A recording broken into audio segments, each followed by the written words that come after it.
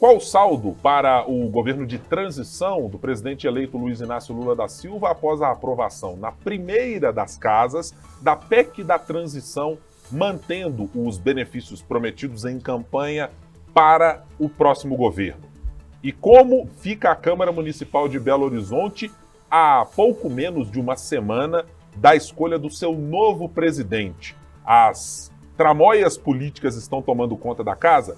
Esses e outros assuntos você vai acompanhar a partir de agora conosco no 3 sobre os 3, que já está no ar.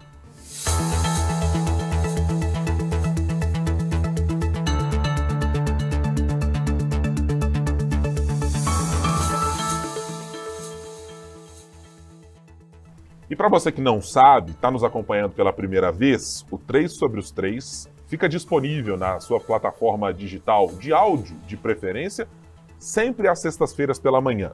E você também pode nos acompanhar em vídeo no youtube.com/otempo. É só nos procurar no nosso canal e aproveitar para navegar pelos demais conteúdos que a gente traz por lá semanalmente. Comigo, como sempre, aqui nesta bancada, Rodrigo Freitas. Como vai, Rodrigo? Tudo bem? Tudo bem, Guilherme. Olá para você, para quem está voltando, né? Porque diz o bom ditado que o bom filho a casa torna, Sim. né? Que é o nosso Ricardo Corrêa, ilustríssimo companheiro de Brasília. Você já tem informações já confirmadas? Temos informações de bastidores. Bastidores não, né? Da concorrência, né? Não pode falar. Temos né? imagens, inclusive, Temos de Ricardo imagens, Corrêa? não, também é da concorrência, né? Também não pode, né? Mas eu queria deixar um registro aqui, Pois importante nesse começo de podcast. Na verdade, 2 registros. Sim. O primeiro, de que deveríamos transmitir o nosso pré-podcast, e certamente quadruplicaríamos a nossa audiência, seríamos processados nos 5 primeiros minutos de podcast. E, em segundo lugar, deixar registrado nos anais dessa casa que eu sou o único componente deste tríduo que aqui compõe o 3 sobre os 3, que está em rigorosamente todos os episódios desde a sua estreia. Pela atenção, obrigado.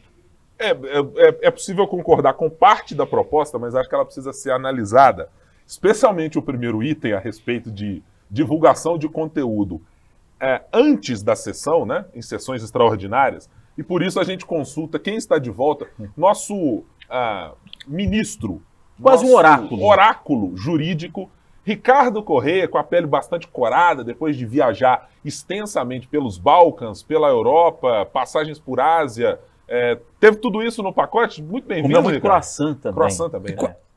Quase isso, viu? Quase isso. Foi um pouquinho menos do que isso aí. Mas eu já chego feliz de saber que o Rodrigo se comprometeu a participar de todos os programas, né? Não vai se afastar quando tiver férias, recessos. Achei bacana da parte dele, assim, já dá uma segurança pra gente poder sair Jurídica, com tranquilidade, né? Coloca palavras na minha boca, Não, os senhores veja. estão notando. Eu disse que até aqui Sim. eu sou o único integrante deste vetusto podcast Correto. que participou de todos os episódios. Não estou garantindo nada para 2023. É isso, né? É a história de... É promessa. Não é hora de negociar o que eu teto, né, fiz, Ricardo? esquece o que eu fiz, né?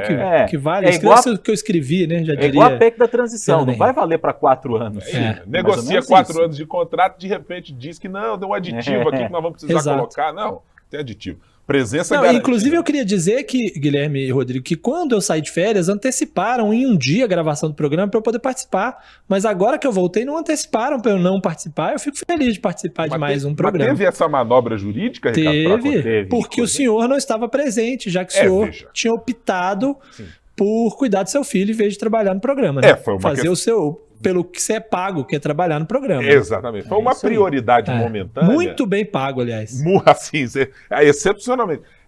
Mas foi uma opção momentânea, porque inclusive não haveria condições técnicas para que eu estivesse aqui. Mas condições técnicas da minha parte. Eu não teria olhos abertos para naqueles dias conseguir me manter, porque afinal de contas, todos vocês que já são pais de primeira viagem, mas que já têm uma larga experiência à minha frente neste interim, sabem muito bem que as primeiras semanas são um misto de caos com pitadas de alegria, entremeados por uma montanha-russa de humor, né? Mas é tudo maravilhoso. Os primeiros 5 anos, viu? Não é a primeira semana. Não. Legal. Animador, né? Muito bom. Quer dizer, a trajetória da dívida não melhora rapidamente, não, né? Não é coisa de curto prazo. Não, definitivamente. Cheguei a ouvir alguns comentários muito animadores, de que não, nos primeiros 20 anos é muito mais tranquilo, assim. Você só não dorme nesses primeiros 20. Ah, não, ótimo, é maravilhoso. É coisa tranquila, né? Por falar em dormir, senhores, já podemos dizer que, com a aprovação nesta semana da chamada PEC da transição, PEC do estouro para outros, tem gente que de PEC do fim do mundo, quaisquer nomes que se tenha, mas vou tratar aqui como temos tratado de PEC da transição. O governo ainda em transição, Luiz Inácio Lula da Silva, pode dormir tranquilo depois da aprovação? Acho que a gente pode considerar até como uma vantagem bem larga no Senado Federal, com a aprovação de o teto chegando à casa dos 145 bilhões para acomodar a Bolsa Família e outros programas, com uma validade de 2 anos, diferentemente daquela ensejada pelo governo, gostaria de ver por 4 anos no orçamento, e um prazo até o fim de agosto para que uma nova âncora fiscal seja apresentada.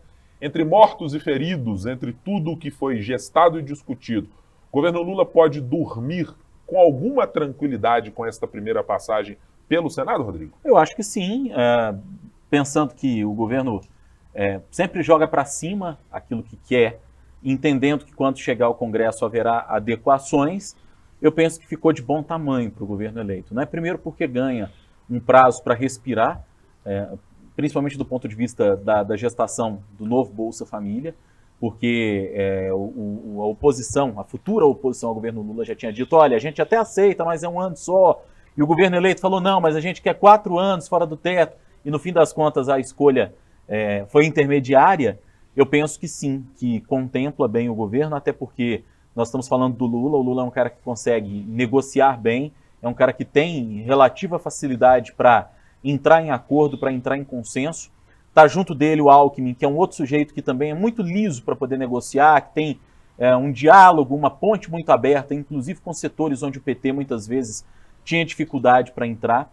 E querendo ou não, são 2 anos que o governo tem para mostrar que veio e para mostrar o tipo de relação que pretende manter com o Congresso, porque ninguém aqui é bobo e nós sabemos que essa relação com o Congresso vai precisar ser exitosa para que daqui a 2 anos o governo possa propor alguma coisa. Da mesma forma, há um prazo bastante razoável para que o governo de plantão proponha uma nova âncora fiscal, porque pior para o governo seria se essa proposição de uma nova âncora fiscal viesse talvez do próprio Congresso, viesse do Senado, viesse da Câmara, e da forma com que foi aprovada essa matéria, o governo vai ter que apresentar, mas é o governo quem vai apresentar uma proposta de uma nova âncora fiscal. E ficou provado por A mais B, ao longo dos últimos anos, que o teto de gastos não conversa com as necessidades que tem o país. Penso eu que o próprio governo eleito tenha essa compreensão das coisas também, porque o PT foi muito crítico ao teto de gastos quando ele foi lançado, ainda no governo do ex-presidente Michel Temer. Então, dá um respiro para que o governo ganhe corpo. E o presidente eleito vai ter tempo agora para poder pensar medidas que sejam mais estruturais e estruturantes para daqui a 2 anos voltar a negociar. Ao mesmo tempo que é bom para o governo, é melhor para o Congresso, porque se fossem 4 anos, era um cheque que estava sendo dado para o governo inteiro do presidente eleito Lula. Seriam 4 anos de governo sem precisar negociar novamente um furo no teto de gastos, o que significa que daqui a 2 anos o presidente que vai estar no poder, assim esperamos porque queremos estabilidade institucional no país, ele vai precisar sentar novamente, negociar novamente com a Câmara e com o Senado, seja quem for que estiver lá. Ricardo Correia, a PEC precisava de 49 votos para ser aprovada. No primeiro turno foi um placar, melhor dizendo, 64-16 e 64-13 no segundo turno. É uma sinalização, acho que daquilo que se esperava de um Senado, mas aberto a um diálogo com os projetos e ideias do governo Lula do que necessariamente a Câmara parece estar. Faço a mesma pergunta a você. Entre mortos e feridos, o saldo é positivo para o governo do presidente eleito Luiz Inácio Lula da Silva? Olha, Guilherme, eu discordo um pouquinho do Rodrigo, porque eu acho que não vai ser possível dormir tranquilo, né? Vai ser aquele cochilo rápido, que a criança vai chorar daqui a pouco, você tem que acordar, talvez... Sei muito apenas... sei muito bem do que se trata, Ricardo. Para te explicar num cenário que você entenda bem. Sim. Porque eu acho que assim, o tempo é muito curto, né, para aprovar na Câmara, né? E essa passagem em 2 turnos pelo Senado, claro, é um ponto positivo, mas o pior, evidentemente, está por vir, né? Assim, a gente foi apenas aquele cochilozinho rápido de início de noite, mas claro, o placar foi bastante positivo, né? A gente teve, nos 16 votos contrários ao governo, foram 5 do PL, né, do partido do presidente Jair Bolsonaro, 4 do PP, incluindo a mãe do Ciro Nogueira, né, que é senadora, né? E o Ciro Nogueira puxou o PP para isso, e 4 do Podemos. Então, fora isso, foram algumas dissidências ali, uma no MDB, uma no PSDB, uma dos sem partido. Mas, assim, o placar foi bom, mas o governo teve que fazer algumas concessões, né? Então, sabe aquela história daquele meme do tava bom, não tava tão bom, tava ruim, agora parece que piorou? Tava bom no início, entendeu? Tava bom, era 175 bilhões, era o governo decidindo todo o destino dos recursos extras. Claro, falando que estava bom do ponto de vista do governo, né? Não estou falando sobre o mérito da PEC, podemos discutir depois, mas do ponto de vista do governo estava bom. Agora sim, não está tão bom, porque em vez de 175 caiu para 145, mais aqueles 2,9 bilhões de excesso de arrecadação, mas que ele é garantido agora, mas não é garantido lá na frente, mais uns penduricalhos, e aí você tem que dividir parte do que você vai ter de extra com as comissões do Senado, que não estava previsto inicialmente. Você vai ter que rediscutir isso daqui a 2 anos, que é um ano de eleição municipal, então vai ser complicado também nesse aspecto, né? Às vésperas de uma eleição presidencial municipal, você tem que estar discutindo isso aí também. Então, me parece assim, estava bom, agora está mais ou menos, mas ainda está dentro do que o governo espera, do futuro governo espera. O grande problema é agora na Câmara, né? Porque não estava tão bom para o estava ruim e agora parece que piorou. Não falta muita coisa. Aí dentro da Câmara vai ser essa discussão, né? Vai ser muito mais difícil de aprovar na Câmara do jeito que está. E com o agravante, não é simplesmente falar, se a Câmara cortar mais um pouquinho, porque o governo deixou uma gordurinha, tá beleza? Não, porque o problema maior é prazo, né? A Câmara não pode mexer no projeto sob o risco de ele não conseguir ser aprovado nesse ano. Se não for aprovado nesse ano, a gente começa o ano que vem com o orçamento espremido como está. Talvez nem consiga votar o orçamento esse ano, e aí tem aquela coisa de ter que ficar contando migalhas, né, para poder fazer os primeiros meses do ano. Então tem esse problema, né? Você pode, ainda que a Câmara corte 1 bilhão só dos cento e tantos, na verdade, contando os penduricários, pode dar mais de 200, mas se corta 1 bilhão e tem que votar para o Senado, se não der tempo de votar no Senado, é como se você tivesse perdido tudo, né? Tem esse detalhe. Eu acho que para a gente fazer o saldo, eu tento olhar pelas 2 perspectivas que o Ricardo inicialmente trouxe. Olhando por aquilo que seria o paraíso para um governo Lula, de não precisar negociar com o Congresso, como citou o Rodrigo, por 4 anos, era um cenário absolutamente maravilhoso. Teve uma perda significativa nisso. Olhando do ponto de vista de valores, e eu me fio muito na proposta que foi trazida pelo senador Alessandro Vieira, do PSDB, e ecoada também aqui pelo deputado federal Aécio Neves, quando numa entrevista recentemente aqui ao Rodrigo e à Thalita Marinho no Café com Política, falava em 80 bilhões. Quer dizer, se você olhasse para o cenário piorado, seria de um governo que teria que lidar com talvez mais do que a metade daquilo que estava previsto, e ficariam, no máximo, as despesas relacionadas ao orçamento secreto, algumas outras minimamente para bancar o que deixará de restos a pagar e das dificuldades que o governo Bolsonaro está deixando para a próxima gestão, e mal sobraria alguma coisa para minimamente ter, digamos, um DNA de governo inicial. Acho que sob essa perspectiva, foi muito menos pior do que poderia ser para o governo. Mas olhando por um outro aspecto, aí estou olhando pelo lado dos parlamentares, da Câmara em especial, em função do poder e de como Arthur Lira, presidente da Casa, faz a gestão das emendas de relator, da RP9, do orçamento secreto, saiu-se muito positivamente com boas sinalizações. Primeiro, de um apoio muito claro dado pela bancada do PT e outros à sua candidatura para a reeleição da Casa, que, no fundo, é o que importa para Arthur Lira nesse momento. uma vez que tem o poder absolutamente consolidado nas suas mãos e especialmente na relação com os parlamentares.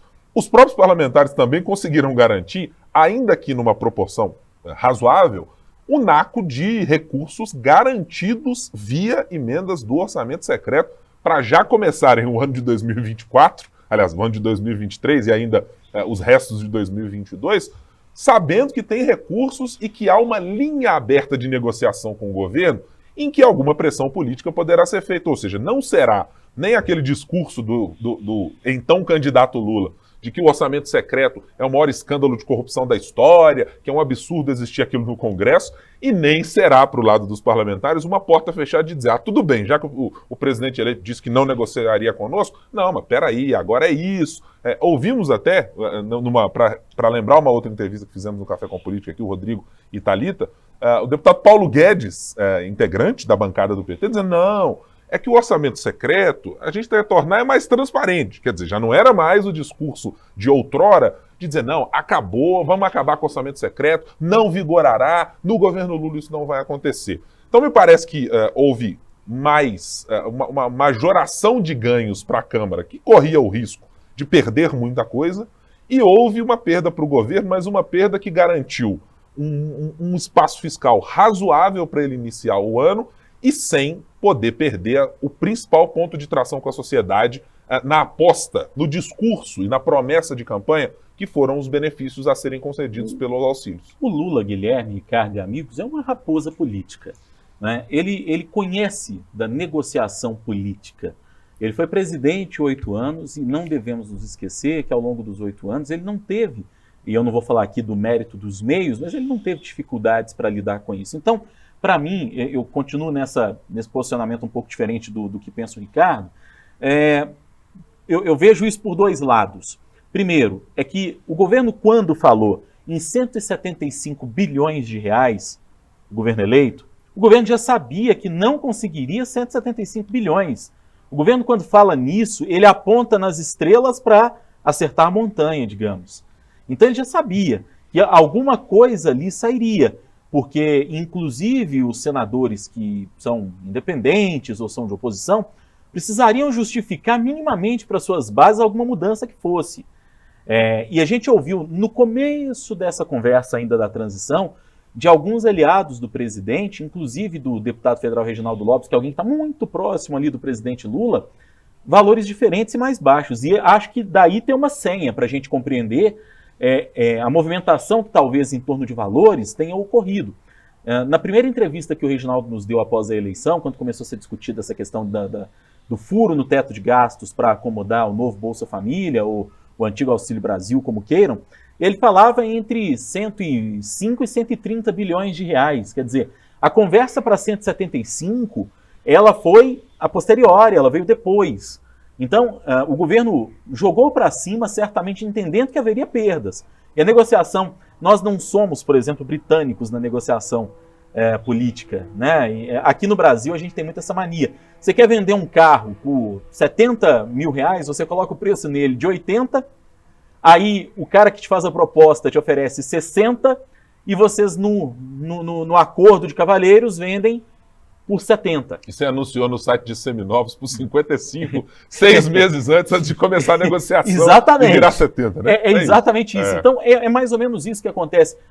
Lá na Inglaterra, né, há pouco tempo eu conversava com o cônsul da Inglaterra aqui em Minas Gerais, e ele falava que lá a negociação é negociação mesmo. Olha, o valor que a gente fala é o valor que tem que ser mesmo. Aqui não, aqui existe espaço para negociação. Se aumenta um pouquinho dali, tira um pouquinho de cá, é o jeito brasileiro de fazer a negociação andar.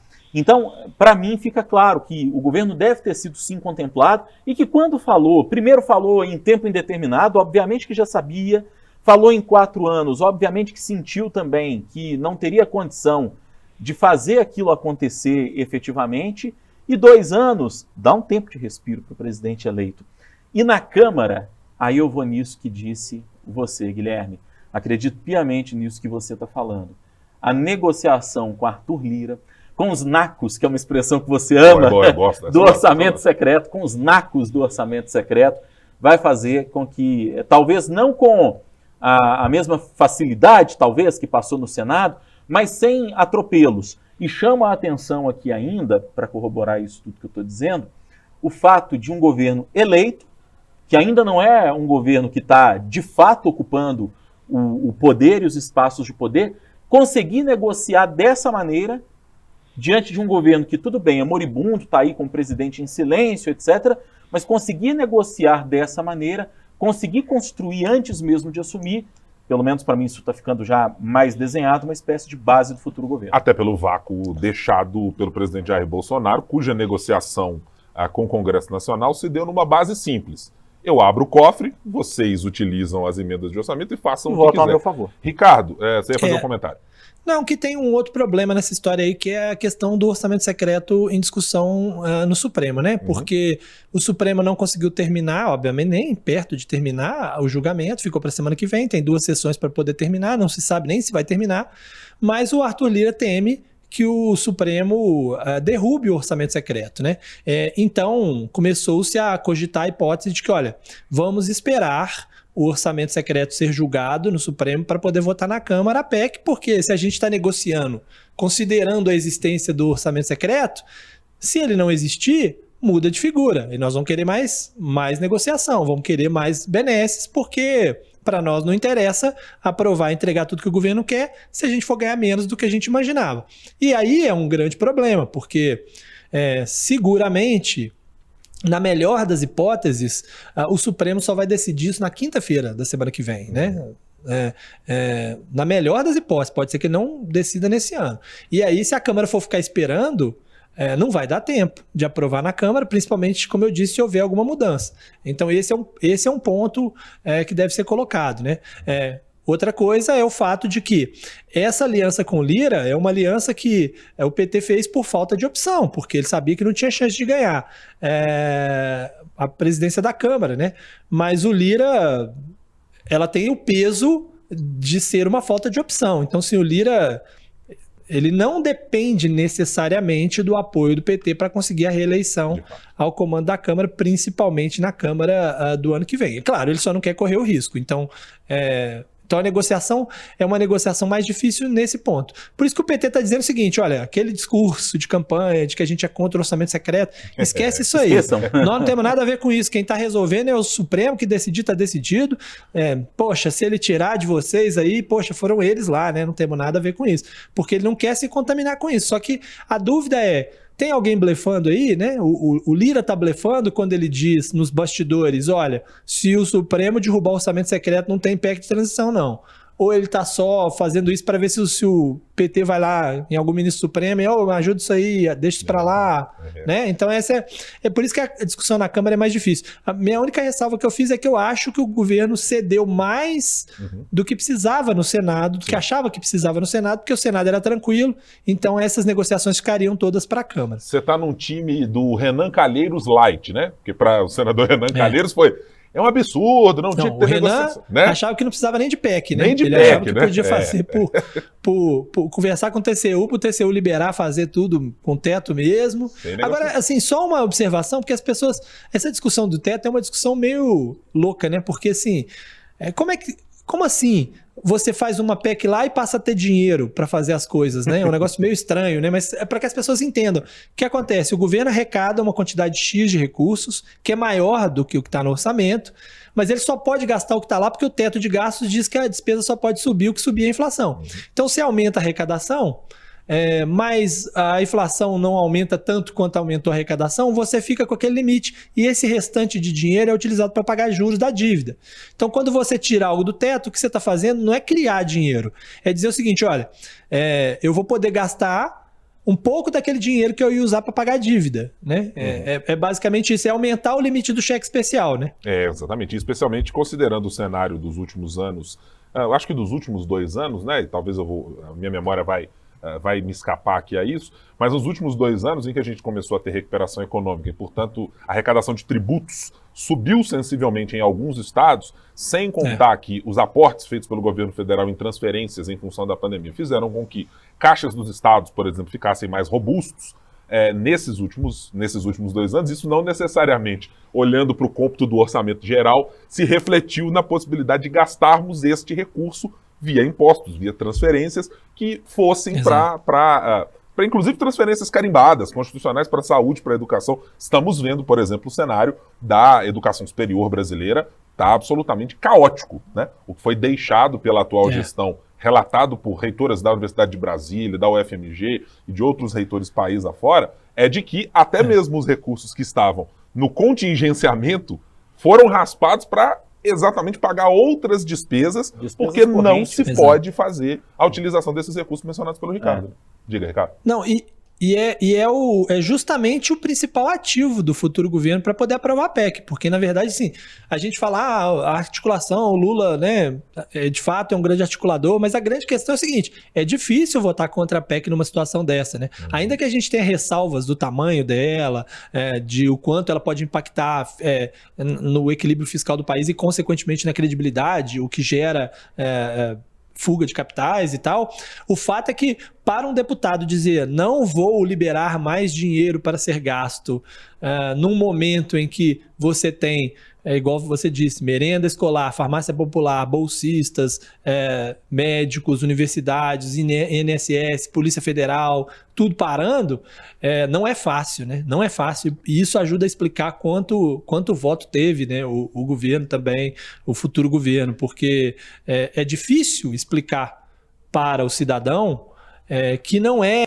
simplesmente eu sou a favor do aumento do Bolsa Família e de recuperar esses recursos, ou eu sou contra isso, né? Não é simplesmente isso, mas é difícil de explicar pra caramba. Para ter uma ideia, Ricardo, acho que o Rodrigo vai concordar comigo, e talvez você não tenha visto nos últimos momentos, em função de estar curtindo aí as suas merecidas férias, o senador Carlos Viana... Com certeza. Não viu, né? O senador Carlos Viana é um desses, que está tendo de utilizar um discurso de defesa da negociação, mas ao mesmo tempo precisa calibrar o discurso para dizer, não é exatamente que eu seja contra. E olha que ele é bom de PEC, retórica, né? Não se há um ponto que não há dificuldade para o senador Carlos Viana, definitivamente é a retórica e a oratória. Exatamente. Mas é um desses exemplos, é um senador que é de oposição, alegadamente, ao governo Lula e ao PT de uma maneira geral, e diz claramente, não é isso, nós do governo Bolsonaro fizemos uma negociação que era diferente, portanto nós podemos aprovar, mas não é exatamente assim, não daremos cheque em branco, quer dizer, de fato... Apostavam na credibilidade do Paulo Guedes, Eu sou a favor, mas vou votar contra, né? Sou a favor, mas vou votar contra porque eu sou a favor, mas eu sou a favor de um negócio diferente desse, então eu vou votar contra. Porque o senador Viana até usou essa força de expressão. É porque na época do Paulo Guedes a gente tinha mais previsibilidade. Parece até que o Paulo Guedes já saiu, né? É como se o Paulo Guedes fosse um fiador, assim, não. A gente tá aqui rompendo o teto, mas, é o Paulo Guedes que tá ali no ministério, amigo. Mas uma coisa diferente. O senador Carlos Viana não tá lá muito errado, não. Faz uns 2 anos que o Paulo Guedes já não manda mais na discussão, mais ou menos, do orçamento. Essa já foi delegada faz muito tempo. Mas é um queridinho do mercado, né? Então o mercado, quando... Você pode furar o teto enquanto for. Não, mas é o Paulo Guedes que tá sentado na cadeira, mesmo que seja uma rainha da Inglaterra que tá ali. Porque hoje ele hoje ele é uma rainha da Inglaterra. Uma coisa que aí há uma plena razão em se discutir isso, de fato me parece inadequado que você defina um valor X a mais para ser gasto sem que você saiba quem é o ministro da Economia.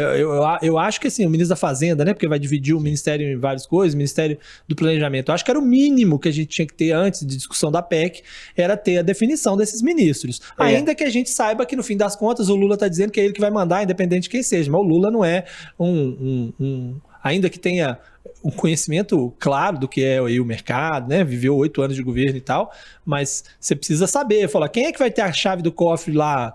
Porque no fim das contas é o Ministério da Economia que assina, né? Para onde vai o quê? Para onde vai de onde vai sair o corte e tal. Seria importante saber, tudo bem, eu vou liberar, o cofre vai aumentar, nós vamos botar mais dinheiro nesse cofre aí. Mas quem é que vai ter a chave desse cofre? Era importante saber isso antes.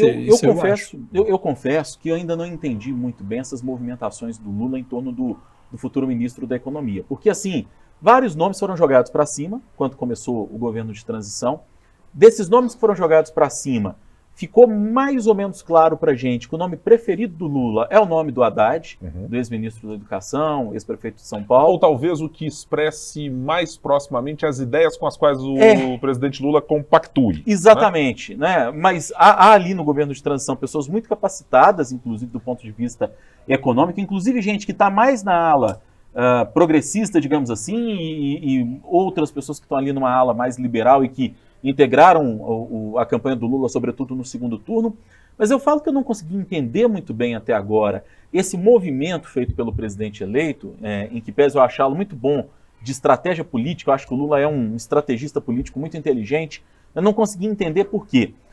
Ao mesmo tempo que você, de certa forma, lança o Haddad para poder vencer algumas resistências, né? Então é como se jogasse o nome dele num balão de ensaio, porque quando você começa a levantar a hipótese de que é o Haddad, que é um cara mais desenvolvimentista e tal, o mercado reage, e reagiu mal, né? A bolsa reage mal, o dólar reage mal.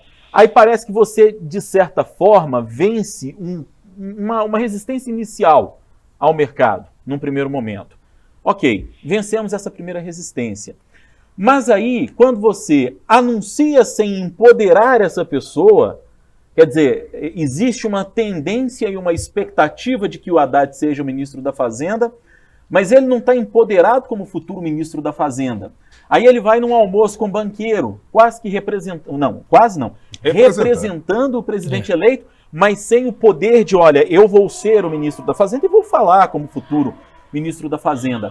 Você cria uma coisa meio mambembe, assim, uma coisa meio solta, que eu não consigo entender qual é a lógica de tentar vencer a resistência por um lado, criando uma coisa assim, de tentar vencer o desgaste, logo que você joga aquela ideia no ar, mesmo sem falar que vai ser ele, mas ao mesmo tempo, depois de passado um tempo, não empodera, inclusive porque talvez a figura do ministro, até para essas negociações que envolvem a PEC da transição que a gente está badalando aqui, poderia ser importante para isso, inclusive porque, mesmo tendo posições muito claras, o Haddad é um sujeito afável na negociação. Ele não é um sujeito ruim de negociar. Mas deixa eu lançar uma pergunta te interrompendo, Rodrigo.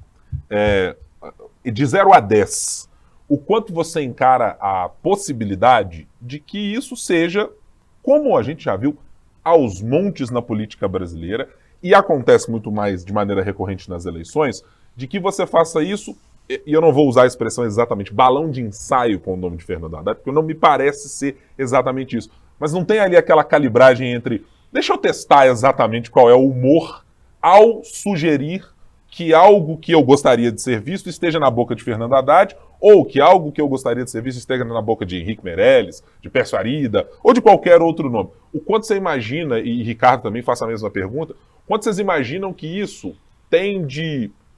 Eu falei que não ia usar a expressão, mas vou ter que usar, né? Balão de ensaio. O quanto é que isso não tem um pouco de balão de ensaio ou de test drive, né? É aquele, para a linguagem mais dos jovens da informática, aquele negócio meio conteúdo trial, né? Você usa um pouquinho, daqui a pouco você para de ter o acesso completo a ele, aí você quer mas mais. Tá ali no meio do caminho, você fala, mas deixa eu ver um pouquinho mais aqui, vou pagar a licença para ver. Vou começar por você, Rodrigo, que te interrompi. Eu ainda não consigo fazer essa leitura. Daí está justamente a minha dúvida de não conseguir entender essa movimentação do Lula. Porque fica uma coisa dúbia. Você empodera sem empoderar. Você entende? É mais ou menos isso que vem à minha cabeça. Você entrega essa perspectiva, mas olha, peraí, você ainda não é o ministro. Isso. Você ainda não pode falar como ministro. Mas você pode falar como representante do presidente, afinal de contas, você vai para o almoço com banqueiros, está lá a nata do PIB nacional. Mas é a transição. Você pode, no dia seguinte, dizer, gente, olha só, chegar lá numa mesa de negociação, por pressões internas, dizem que a transição serve para isso, do mercado. né? Aí eu não tive... eu tenho um pouco dessa impressão de que poder dizer no dia seguinte, apaguem o que eu escrevi. Não era bem isso, era uma transição. Vem um outro movimento, porque no começo do governo de transição, Lula disse para os aliados que quem tiver na transição não vai ser ministro. Mas hoje nós temos 500 pessoas na transição e desses 500, digamos que são... Hoje dá para contar quem não está, né? Que são assim, da maior confiança do presidente eleito. Será que desses 500 realmente ninguém vai ser ministro? Aliás, o seguinte, conferimos antes da nossa edição se nós estamos na equipe de transição, porque, bom, no fim das contas... Eu tô lendo todo dia o Diário Oficial. Pra ver se não aparece. Não. Mas O Ricardo está em Brasília, ele está muito mais perto do poder, né? Convenhamos. Ô, Ricardo, e aí? Ele seria do GT da comunicação, trabalhando ao lado do André Janones. Não, e eu vou muito lá no CCBB, porque o Benjamin gosta de lá, tem uma obra de arte que é um escorregador. Sinais. Tem muito piquenique, é um lugar legal. Eu fui recentemente lá, antes da transição, para ver o negócio do menino maluquinho, entendeu? Pra sentar na cadeira, é isso? Chegou para o CCBB? Tô até preocupado mesmo. Seria Ricardo Correia, o ministro mineiro que a gente tanto cobra no governo? Olha, teria o meu apoio. Né? O nosso apoio. Evidente, eu teria o meu apoio. Ô Ricardo, fui muito além do que o lulismo e o ex-presidente Lula... Foi muito além. Foi bastante além. Foi muito, agora foi muito Isso além. É balão de ensaio. Balão de ensaio. Foi muito além. A gente jogou para cima, para ver o que o mercado vai dizer de Ricardo Correia. Mas brincadeiras à parte, essa questão do Haddad, eu até acho sim, viu, que teve um quê de balão de ensaio lá no início, porque o Lula é dado a isso, né? Há uma diferença muito grande, falavam muito disso, né, os petistas dos governos Lula e Dilma, né, que eles tinham uma característica que os diferenciavam bem, que o Lula tinha essa característica de pedir alguém para vazar alguma coisa e ver o que dava. E a Dilma odiava quando alguém vazava alguma coisa, ela se sentia traída, ela não concordava. Então, assim, é uma diferença. O Lula, de fato, vaza as coisas e incentiva esses vazamentos de modo a ver o que vai dar, né? Grandes políticos fizeram isso ao longo da história, mas eu acho que a gente já passou dessa fase, porque já houve essa discussão aí na sociedade e tal, e me parece que o nome do Haddad está bem sólido. Lá atrás eu achava até que não seria, que era uma estratégia para conseguir colocar alguém no meio termo, sabe? Tava todo mundo pensando em Henrique Meirelles, e aí ele fala de Haddad para ficar no meio termo ali, num Pércio Arida que fosse, que não era um banqueiro odiado pelas hostes criador do PT, do teto de gastos, né? Sim, sim. Mas também não era o Haddad, que apesar de ter muitas críticas em torno dele, foi, né, secretário de Fazenda lá em São Paulo, teve uma postura razoavelmente ortodoxa, inclusive deixou um caixa razoável quando comandou a Prefeitura de São Paulo, tanto na Secretaria de Fazenda como depois na Prefeitura também. Mas eu acho que o Lula quer aí mais alguém que ele possa confiar plenamente, que possa ser aí a pessoa que ele vai dizer e o Haddad vai executar, né? Assim, a verdade é essa, o Lula quer ser o dono do cofre mesmo, ele tem a chave. A gente tá falando disso aqui mais do que nunca, né? Então eu acho que a gente tá nessa fase. Agora talvez esteja demorando a anunciar oficialmente também, porque quer anunciar junto planejamento, indústria e comércio, né? Porque aí um minimiza um pouco o outro, né? Se você tem um mais ortodoxo no planejamento, você minimiza um pouco a situação. E aí o que se diz hoje, o que se fala aí nos bastidores, é que poderia ser no dia 13, né? Depois da diplomação, né? Diplomação no dia 12, e o dia 13 é um dia simbólico para o PT, por causa do número do partido, poderiam os primeiros ministros serem anunciados nesse dia. E aí não se sabe se o Haddad seria um nome já nesses primeiros nomes. Lembrando que pode ser muito estratégico ter um cara mais ortodoxo no planejamento e um mais desenvolvimentista, digamos assim, na Fazenda, porque o planejamento, como diz o nome, planeja, desenha, mas quem comanda a execução é justamente o ministro da Fazenda, né? Então é bem estratégico, digamos assim. E convenhamos, né? Se há uma pessoa nesse país que tem a noção exata de quanto um ex-ministro tem um potencial para dizer coisas do tipo pactos de sangue e o quanto elas podem ser prejudiciais, é o ex-presidente eleito Luiz Inácio Lula da Silva, da experiência de ter tido Antônio Palocci, à época muito criticado pelos próprios petistas, né, em função de ter adotado uma política econômica absolutamente alinhada com austeridade, com ortodoxia, distante do que o PT imaginava. E imagine isso num primeiro mandato do presidente Lula, né? Que se imaginava que era uma super esquerda, e que se ainda tinha essa ilusão de que o presidente Lula era um grande homem de esquerda, quando está muito mais para centro-esquerda, acho que a gente inclusive já tratou aqui desse tema. Exatamente. Só um pitaco rápido, senhores, para a gente mudar aqui também para a nossa pauta local. Mas antes disso, queria uma avaliação bem curta de vocês a respeito de Rodrigo Pacheco, porque é alguém que também tem interesses muito importantes com a aprovação da PEC da transição e por esse placar. Ele também sai vitorioso como alguém a ter uma ponte ou uma porta mais aberta com o futuro governo, assumindo o dia 1º de janeiro, dizendo, olha aí o trabalho que eu já fiz antecipadamente. Vocês diriam que o valor de Rodrigo Pacheco subiu na cotação de Brasília, Rodrigo? Acho que sim. Eu penso que sim. Ficou mal com os bolsonaristas, né? Faz um tempo, na verdade, que ele não está bem né? com os bolsonaristas, e ele tem um senso de oportunidade muito interessante, tem um feeling político muito aguçado, eu diria, para dizer o mínimo, e penso que ele está pavimentando, né? O PL já anunciou o senador Rogério Marinho como candidato à presidência do Senado para tentar rivalizar com o Pacheco, mas penso que esse placar, inclusive, da PEC pode sinalizar, talvez, seja uma sinalização da força que o Pacheco tem, né? Uhum. Lembrando, inclusive, que foi um fiel da balança para ele, inclusive nessas tratativas envolvendo a PEC da transição lá no Senado, a figura do relator, o senador Alexandre Silveira, que é o maior e principal aliado que ele tem no Congresso Nacional, né, no Senado. Era diretor do Senado, se tornou senador quando o senador Anastasia se tornou ministro do Tribunal de Contas da União. Então, penso que o Pacheco agora já tem uma fatura, digamos assim, para mostrar ao presidente eleito no momento da eleição no Senado, porque a intenção dele é permanecer por mais 2 anos ali no comando da casa, e isso vai ficando cada vez mais evidente. Concorda com essa avaliação, Ricardo? Concordo plenamente, vai falar exatamente sobre isso, sobre o papel do Alexandre Silveira nesse processo, que mostra as digitais claras do Pacheco, né, para ninguém ter dúvida de que ele tem participação importante nessa aprovação da PEC e que ele trabalhou diretamente nessa aprovação, que deixou recado para os outros parlamentares.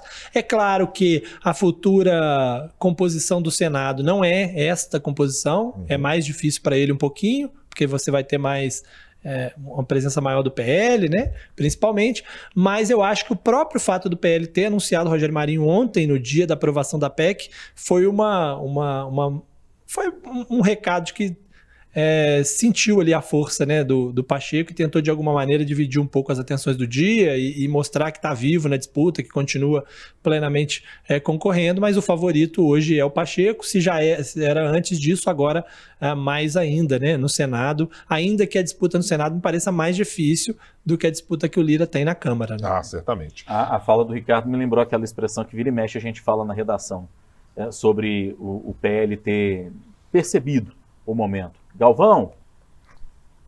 Fala Tino. Sentiu. Bom, senhores, então agora é o momento de fazermos eu falei escala? Não seria escala exatamente. Seria um voo direto, saindo de Brasília, chegando para a capital mineira. Pode ser de jatinho, se os senhores não se importarem. De jatinho, cuidado com o impeachment, viu? Não tem problema. Mas pode ser eu não vou correr esse risco, né? Mas eu prefiro voo de carreira. Emprestado por um amigo. Eu tô na linha do governador Romeu Zema e depois vou postar lá também no Instagram que tô usando voo de carreira ali, né? Gente. Eu vou de ônibus. Ou de carro. Sim, entendi. Para a gente chegar a Belo Horizonte, para tratarmos da Câmara Municipal. Na próxima segunda-feira, dia 12, teremos um novo presidente, ou uma nova presidente, da Câmara Municipal. A julgar pelos nomes de momento, teremos um novo presidente, pelos nomes colocados até então. Mas a disputa, eu não sei se eu posso dizer se ela se tornou exatamente sangrenta, mas ela se tornou, no mínimo, muito mais acirrada do que esteve em outras oportunidades na Câmara Municipal. O cenário de momento coloca 2 a 3 grupos na Câmara Municipal. Um grupo ligado ao prefeito Fouad Noman e dos líderes e vice-líderes de governo em busca de um nome de consenso. Gabriel Azevedo, colocado como um nome independente, mas transitando muito mais, ao que parece, para o lado de uma agregação com o governo do que propriamente com este terceiro grupo, que é o grupo tido nos bastidores como a família Aro, com parlamentares que são ligados ao deputado Marcelo Aro, ou que têm, de alguma maneira, alguma relação com o campo político do Partido Progressista aqui em Minas Gerais. Nos últimos dias, tivemos a apresentação e aceitação por parte da presidente da Câmara, Nelly Aquino, de um processo de impeachment contra o prefeito de Belo Horizonte, Fouad Noman, do PSD.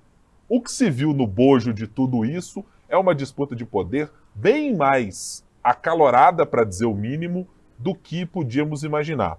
Rodrigo, olhando pelo cenário há menos de 3 dias da eleição, estamos gravando o nosso podcast nessa quinta-feira, que cenário você vê colocado para as chances de o prefeito de Belo Horizonte conseguir ter a maioria da casa tendo o comando da casa ou pelo menos um aliado de primeira hora sentado na cadeira de presidente? Difícil falar isso num espaço de tempo curto, viu, Guilherme? Um bom desafio que você me passou agora, porque acho que tem algumas coisas que são importantes das pessoas entenderem para compreenderem o movimento que está acontecendo na Câmara. O primeiro é que nós temos um personagem nessa história toda, que é muito importante e definidora de tudo que está acontecendo na Câmara, que chama-se Nelia Aquino, a presidente da Câmara que vai ser substituída no começo da próxima semana. A Nelly, ela se pautou ao longo dos últimos tempos por uma independência em relação ao prefeito Fouad Noman, com uma boa relação, mas uma relação de independência, e por uma oposição ao governo Calil no começo do que foi o segundo mandato do então prefeito Alexandre Calil. E ela construiu, com o passar do tempo, uma relação muito boa com todos os vereadores da Câmara Municipal em Belo Horizonte. Então, todos aqueles em Romaria que vieram aqui ao nosso Café com Política, conversando comigo e com a Thalita na Rádio Super, todas as vezes no bate-pronto em que a gente perguntava, Nelia Aquino, era só elogios. Todos os vereadores se derretiam em elogios a Nelia Aquino. E ela se tornou alguém muito empoderada dentro da Câmara Municipal de Belo Horizonte.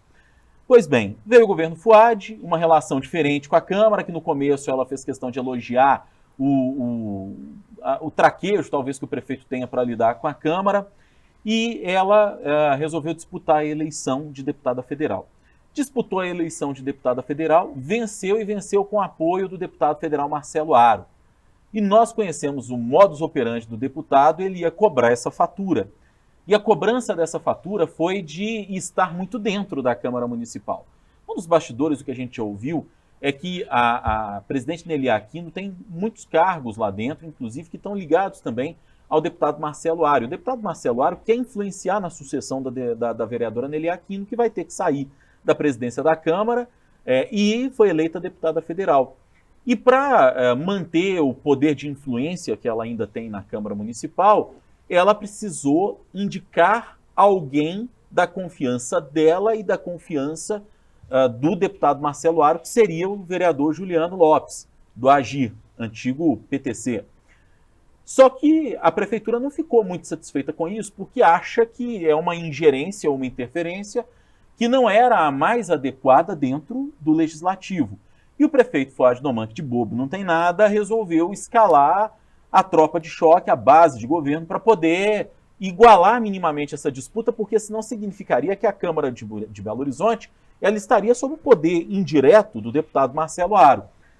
Acontece que hoje o prefeito tem uma relação muito boa com a Câmara Municipal e com uma maioria bastante considerável de vereadores, entre independentes e aqueles que se identificam oficialmente como base de governo. Então, o que é que acontece? Hoje nós temos uma Câmara dividida, absolutamente dividida, tendendo mais ao prefeito entre independentes e aqueles que se identificam como base. Sim. Hoje a Nelly, numericamente, por aquilo que a gente ouviu de cálculos daqui e dali, está em desvantagem. Sim, o nosso cálculo, inclusive, da nossa reportagem nesse momento, a boca miúda trazido para casa é de que o prefeito, agregados os independentes e os que são da sua base de governo, ficariam entre 21 a 22 vereadores e que o grupo de oposição ficaria aí na casa dos 18, 19, com a possibilidade de alguma volatilidade de parte a parte. E precisa de 21. Precisa de 21 votos o prefeito Fouad Noman.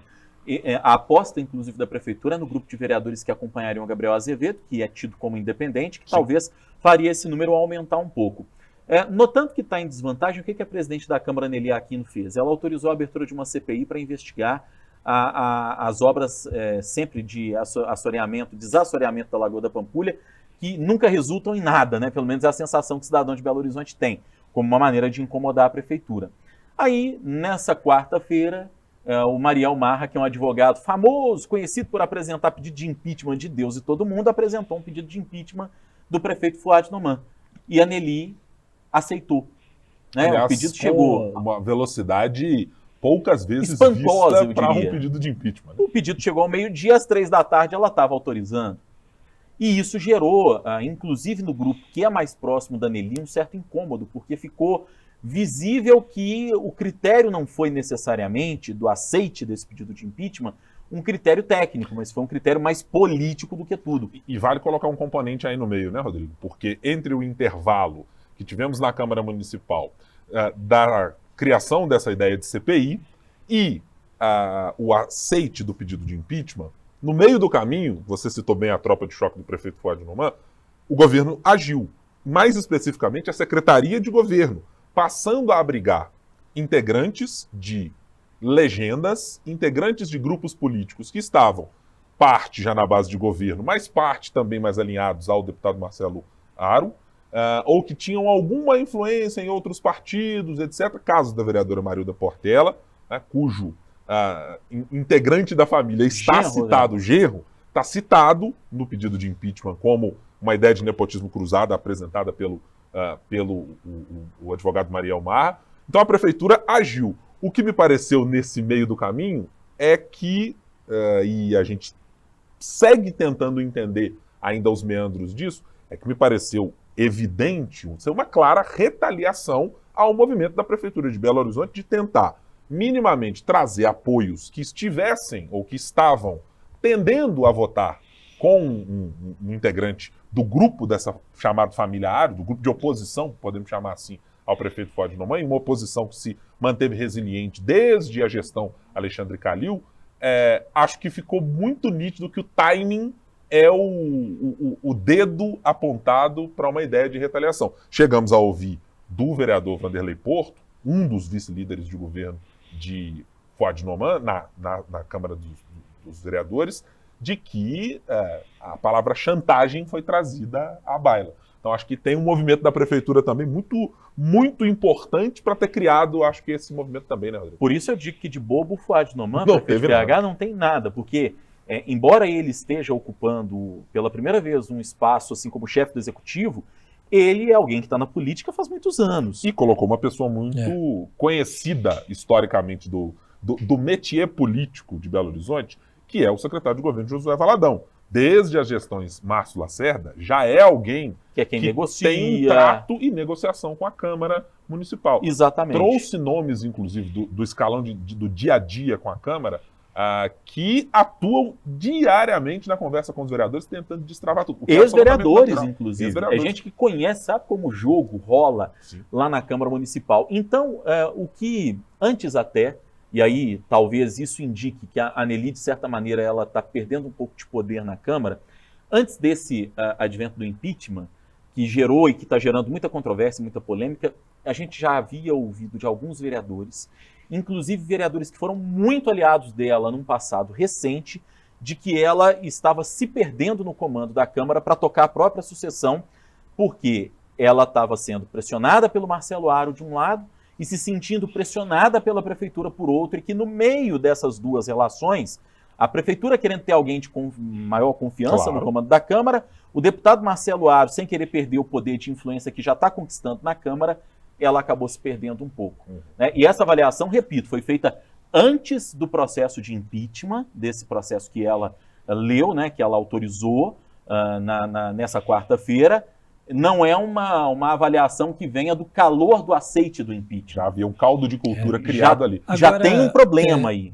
Diga, Ricardo. Guilherme e Rodrigo, assim, não me parece ser coincidência que essa estratégia utilizada pela Anneli pareça um pouco com a história toda que a gente lembra em algumas circunstâncias aqui do Eduardo Cunha lá atrás, né, com a Dilma, porque havia uma disputa de poder ali pelo comando da Câmara.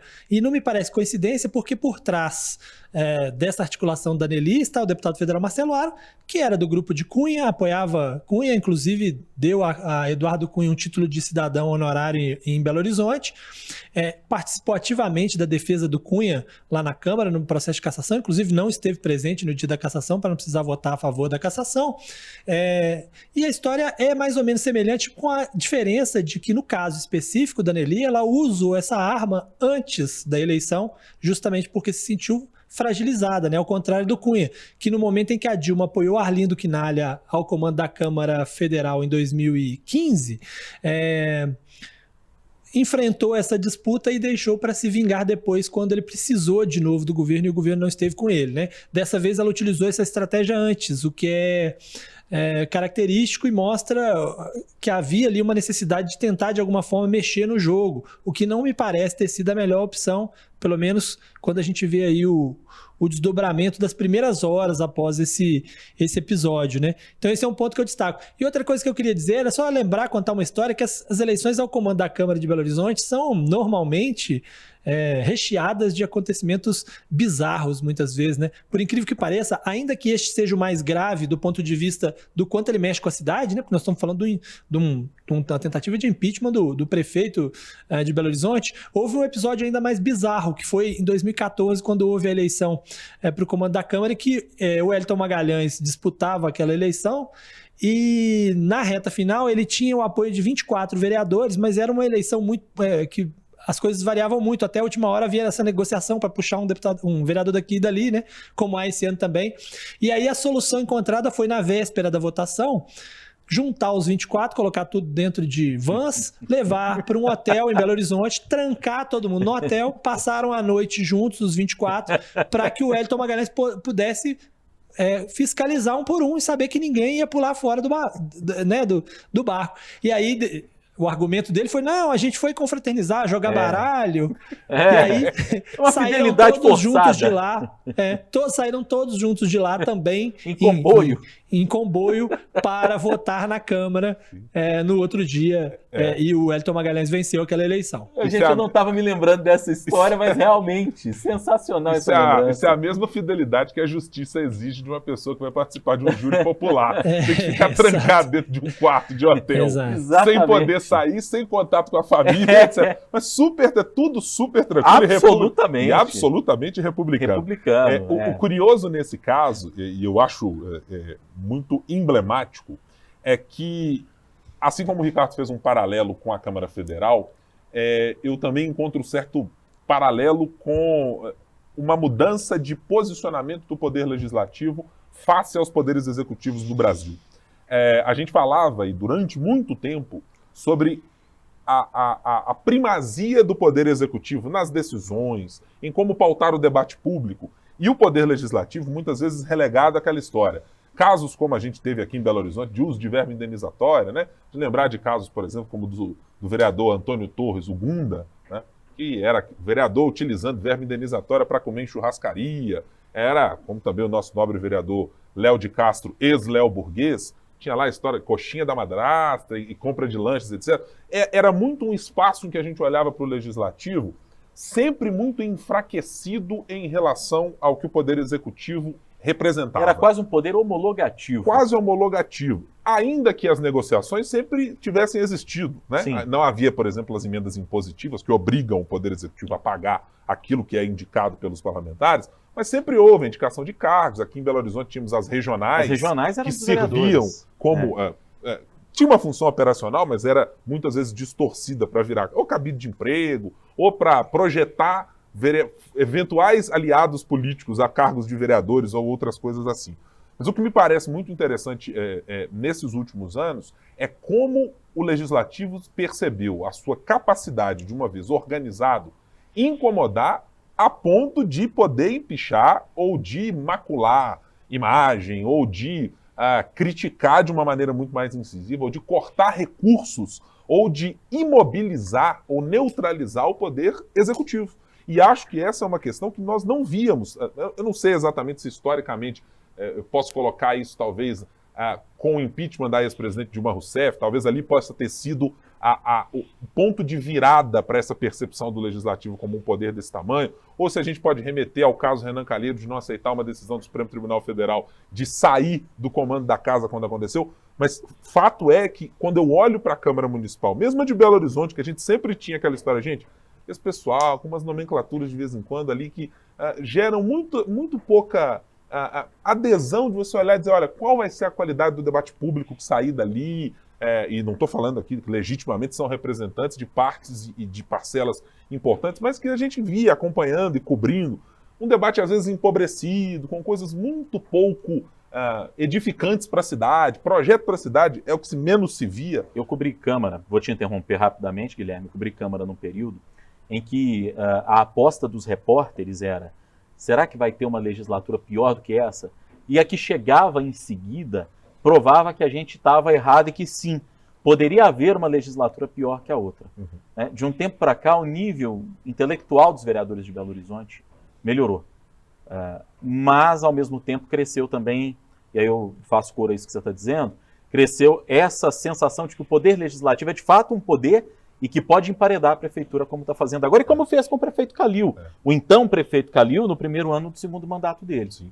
E Ricardo, olhando para esses dois cenários, o local e o nacional, acho que é condição pacífica entre nós de que ter um aliado no comando de uma casa está aí materializado com Arthur Lira nesse momento, com Rodrigo Pacheco.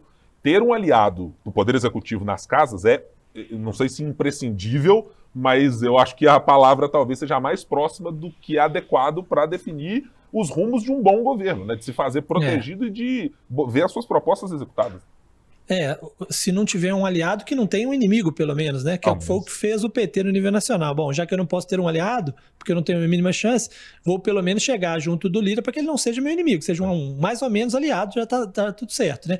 E eu acho que isso é interessante, porque assim, o que a gente está vendo ao longo dos anos um enfraquecimento do poderio financeiro do executivo, né? Porque o executivo comandava tudo antes, e aí ele conseguia fazer o que ele queria com o legislativo.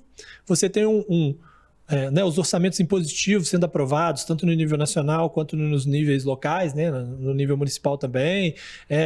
O próprio advento das redes sociais fez com que os elementos do legislativo passassem a ter um pouco mais de adesão social e se contrapor ao executivo, né? São vários os motivos, as várias explicações. A própria impeachment da Dilma fortaleceu apresentou um caminho para essa negociação dentro do legislativo, de modo a enfraquecer o executivo também. Então juntou isso tudo e tornou a relação do executivo com o legislativo mais difícil, né? E aí, exatamente por isso, mostrou-se a força e a importância de ter alguém no comando desses legislativos que controlam uma série de cargos. Muitas vezes o pessoal brinca muito com isso, né, na Assembleia, né, que em alguns momentos de crise do governo estadual, o presidente da Assembleia tinha mais bala na agulha, mais tinta na caneta do que o governador, por quantidade de cargos que tem. Então, o caso de prefeituras, aos poucos vai ficando assim também. Você vai tendo tanta força ali dentro da Câmara, principalmente quando você está costurando com alguém de fora, que é o caso do Marcelo Aro, né? Alguém que costura também com o governo do Estado. Então, uma parte do governo do Estado é utilizada também para compor ali com o pessoal, né? Cargos no nível federal, porque ele negocia daqui e dali, ele está em todo lugar. Obviamente, é uma coisa que a Nelly não conseguiria fazer sozinha, ela não teria força para fazer sozinha. Então, é óbvio que há uma força maior aí por trás, no caso, o Marcelo Aro, que tem ali uma presença em uma série de órgãos, em uma série de locais com aliados, que permite que essa negociação com cargos seja feita e torne mais difícil a vida do prefeito Fuad Nomani. E vamos lembrar que o Arthur Lira foi considerado durante um bom tempo agora do governo Bolsonaro quase que como um primeiro-ministro, né? Justamente por esse fortalecimento legislativo que vocês estão apontando e sobretudo a partir do momento em que o orçamento secreto, sobre o qual a gente falava até agora há pouco, ele ganhou corpo, como ganhou nessa atual gestão, ganhou ares, o presidente da Câmara, de um primeiro-ministro. Né? O Rodrigo Maia, que antecedeu Arthur Lira na presidência da Câmara, em alguns momentos foi visto também dessa maneira, ao pautar alguns temas que o presidente Bolsonaro não queria que fossem pautados. Vou aproveitar que você citou aí a figura de um primeiro-ministro e a referência, evidentemente, histórica que a gente pode fazer a grandes primeiros ministros que tivemos. Alguns, inclusive, que vereadores da capital adoram, como Winston Churchill e etc. É verdade. Para aproveitar, para já iniciar aqui o nosso modo de despedida, e aí vou pedir a licença de vossas senhorias para dar a minha aposta da semana à frente de tudo isso. Rodrigo citou aí uma ideia de primeiro-ministro. Considerando um cenário em que Fuad Noman é o prefeito, mas não temos um vice-prefeito em função de Alexandre Calil ter saído do seu mandato e Fuad ter assumido. Portanto, num cenário de impeachment hipotético, teríamos o presidente da Câmara como o presidente, o comando da Prefeitura de Belo Horizonte. Então eu acho que esse componente atrativo de uma espécie de primeiro-ministro / prefeito de Belo Horizonte, caso esse impeachment encontre coro entre os vereadores, eu acho que é algo para se prestar atenção, porque eu acho que muita gente, quando fizer as contas ali de o que acontece se Fouad Noman eventualmente for empichado. Daria poderes a quem vai se candidatar a 2024? Ficando ali na Câmara, de que maneira? Um presidente de Câmara, tendo 2 anos para se preparar para uma eleição à Prefeitura de Belo Horizonte, tem um caminho, acho eu, muito mais calmo e tranquilo, sabendo que a própria oposição que poderia vir de uma Câmara Municipal a ele seria reduzida. Lembrando que, inclusive, há vereadores que querem ser candidatos a prefeito na próxima eleição. Que estão diretamente ligados a esse jogo. Exatamente. Ricardo Correia, a sua aposta para esta semana no que deveríamos, ou deverá o nosso ouvinte, prestar atenção: Brasília, Minas Gerais, Belo Horizonte, Juiz de Fora também, tá? Se quiser citar aí a cidade, evidentemente por razões, né? Por razões importantes, né? Da Manchester Mineira, também fique à vontade para sugerir aos nossos ouvintes. Não, eu acho que o principal assunto semana que vem é, de fato, a decisão do Supremo ou a não decisão, caso não aconteça, caso eles não consigam terminar, sobre o orçamento secreto, as emendas do relator, porque isso faz muita diferença na vida do futuro governo, na decisão sobre a presidência da Câmara e da presidência do Senado, no futuro da PEC da transição. Tem muita coisa envolvida, e no futuro dos próprios ministros do Supremo Tribunal Federal. Tem muita coisa envolvida nesse julgamento, não é um julgamento simples, há muitas pressões em torno disso. Câmara, Senado, PGR, governo Bolsonaro, tudo defendendo aí o orçamento secreto, que vai estar na oposição no ano que vem. O governo Lula, o futuro governo, está dizendo que não tem nada a ver com isso, mas está torcendo para que o orçamento secreto acabe. E o Supremo está no meio dessa história e vai ter que decidir, né? De alguma maneira vai ter que decidir. Há uma possibilidade de um pedido de vista ou de não dar tempo de julgar esse ano, mas há também a possibilidade de que a ministra Rosa Weber decida, caso não haja conclusão do julgamento, liminarmente suspender o orçamento secreto até que essa decisão seja dada no ano que vem. Tudo isso está em jogo e semana que vem, em 2 sessões na semana que vem, o Supremo vai tentar resolver esse embaraço, vamos dizer assim. A ver. Rodrigo Freitas, a sua aposta para a próxima semana? Talvez na apresentação de ministros do novo governo. Existe essa perspectiva.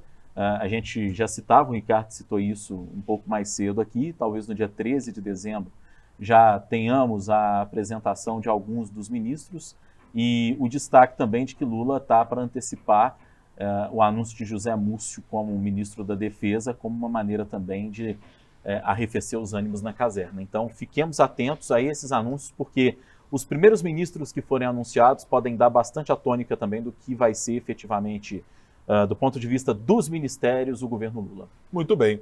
Senhores, assim encerramos mais uma edição do nosso 3 sobre os 3, hoje com a volta magnânima e estupenda. Magistral, eu diria. Vetusta.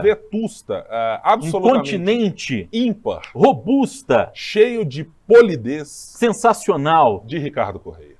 Eu agradeço aí pela presença. Eu não sei se vocês estão contando que eu vou ser ministro de alguma coisa, mas já vou logo avisando que eu não tenho nenhuma relação com o futuro governo, não tenho a mínima chance de virar ministro, não precisa me elogiar. Veja bem, a gente faz elogios absolutamente gratuitos, mas espera que o seu telefone celular não mude assim que outros cargos possam avizinhar-se de vossa pessoa aí no Distrito Federal, porque afinal de contas os amigos quererão sempre telefonar para você, para saber como estão as coisas, como é que anda o métier do trabalho, do ministério ou qualquer coisa. Sem qualquer interesse outro, obviamente. Então, inclusive, se alguém um dia me convidar para ser ministro, alguma coisa assim, provavelmente eu vou perder o cargo, porque eu não atendo ligação de número desconhecido. A pessoa tem que me mandar um WhatsApp para eu saber quem é, para eu poder conversar com a pessoa o que é, sabe? Porque eu nunca atendi uma ligação de número desconhecido que tenha sido positiva. Normalmente é um problema, confusão. Hei de concordar claramente com o Ricardo Correia. Eu já vou mandar uma mensagem aqui para o deputado André Janones, que a gente sabe que está negociando a ida do Ricardo aí para um cargo interessante na comunicação. Falar assim, olha, se identifique primeiro. Exatamente. Se identifique primeiro ao falar com o Ricardo Correia, que aí você não terá dificuldades. Senhores, obrigado por vossas companhias nesta quinta-feira, quando gravamos. Portanto, você que nos acompanha, seja pelo YouTube, seja pelo seu tocador de música ou de podcast, pode, todas as sextas-feiras pela manhã, acompanhar o nosso 3 sobre os 3. Sempre tratamos aqui dos 3 poderes da República. Também falamos sobre Minas Gerais, sobre a nossa capital e muitos outros assuntos para você. Faremos o brinde. Aquele brinde. Tradicional, né? Para fechar o dia. Com saúde. As nossas respectivas canecas. Muito obrigado pela sua companhia. Até a próxima semana.